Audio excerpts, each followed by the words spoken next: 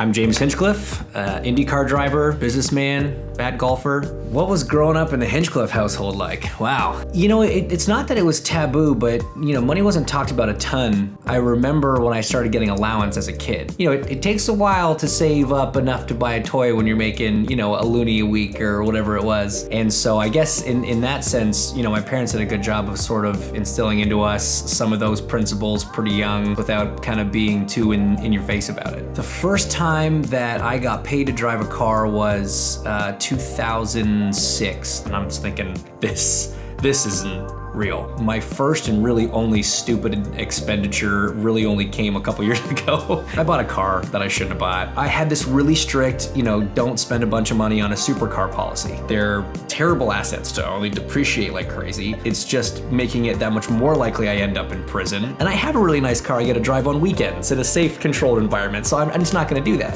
And I'm trying to sell it right now. It was silly. Motorsports is unique because it's so expensive to do. I came into this world, this industry, in an insane amount of debt because as a young driver, those categories below IndyCar racing are incredibly expensive. Only recently did I kind of clear myself of that. Before I was like, all right, what do I have to do financially to clear this debt as soon as possible? Once that was done, it's like, cool, what do I now have to do financially that I can retire the day I want to retire? And so from the very beginning of my career, I knew it was about building a brand. It was about looking at yourself as a business. Make your brand something honest. You gotta be true to who you are. When I established, Hinchtown, that I'm the mythical mayor of, that's because I'm a goof. I'm an idiot. I laugh this is who I am. I'm just a goofy Canadian kid who gets to drive in circles for a living. And I think that's hilarious.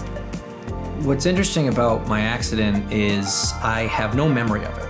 I hit the wall pretty hard and, kind of mercifully was spared any recollection of the impact of the extrication of any of that. As far as I was concerned, I got hurt, didn't matter how. All I wanted to do was go race again. How do I get better and get back to work? So professionally, the accident didn't change me at all. Personally, yeah, when you nearly lose your life, it makes you put some things into perspective. It's all about the long game. It's not about what you're doing right now, it's what you're doing on the last lap.